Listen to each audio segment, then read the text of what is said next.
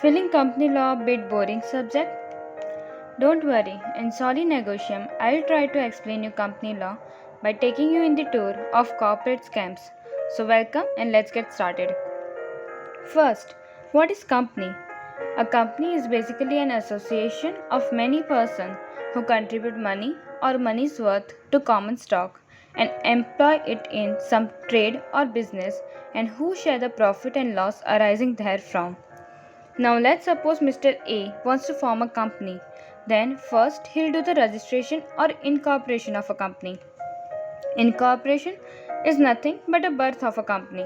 As soon as the company gets incorporated, then from the date of incorporation, company gets separate legal identity, which means Mr. A is a natural person, but the company which he formed and gets incorporated by giving AOA and MOA and fees to ROC will be artificial person, and both will be separated from each other. And that artificial person can buy property in his own name or can sue or can be sued in its name. For example, if your phone gets burnt and you got some serious injuries, then against who will you file a case? Obviously, a company whose phone you purchased. Another feature of company is its perpetual existence, which means since A is a natural person, he will definitely die, but the company which is artificial person will not die unless it been killed by way of winding up and dissolution. The main difference between winding up and dissolution is winding up is a process and dissolution is a final event.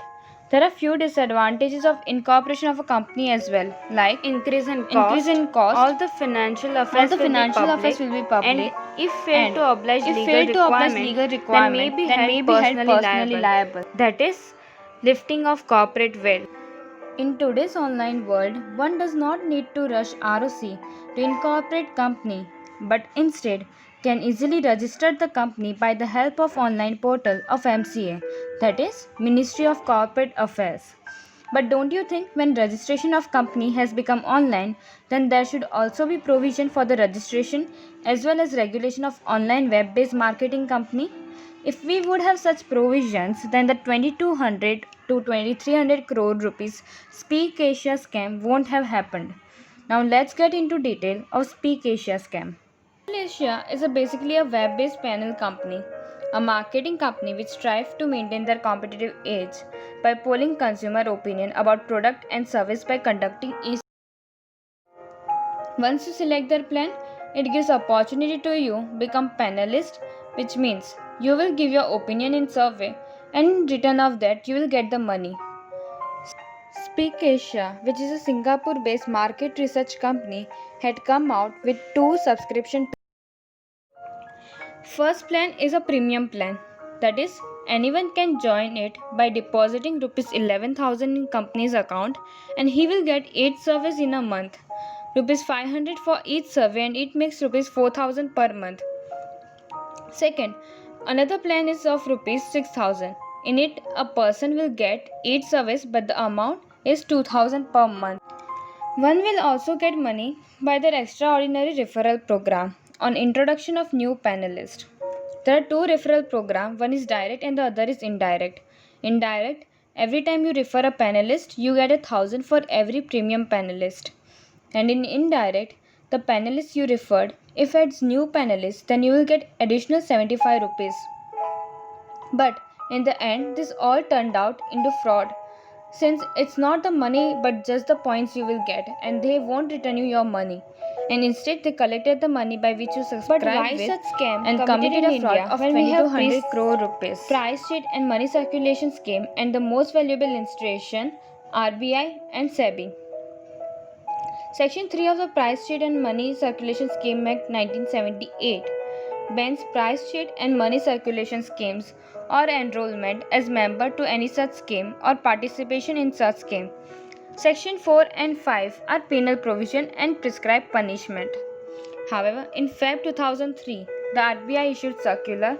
The RBI said that the said act was to be used by state governments through consultation with their legal advisor and not depending on the. This is fine with MLM companies who operate or have offices in a particular state. But since Speak Asia does not have its own office and is not registered in India, the question is, which state government would take action? First, the RBI claims that Speak Asia does not come under its purview because it is a marketing chit fund company and gives users some kind of service in exchange for money. And SEBI claims that Speak Asia does not come under its regulatory purview because it has issued no securities till date. This is a marketing company which has just sold a software through its website. But now MCA, who said that it couldn't do much since Speak Asia wasn't registered in India, that view appears to have changed. Under Section 591 of Companies Act 1956, MCA can investigate a company incorporated outside but has established business in India and is represented by an Indian citizen or company.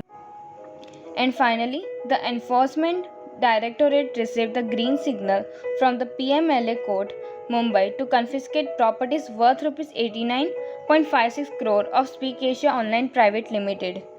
Here, the main concern who will get the money and how much. Whether the person will get whole of his amount or not, since the scam was about 2200 crore rupees and the properties which were confiscated were only 89. In India, there are many marketing-based panel companies. It's not like Speak Asia is the only one. There are certain changes required in our law provision in order to regulate this kind of companies and place them in heavy scrutiny.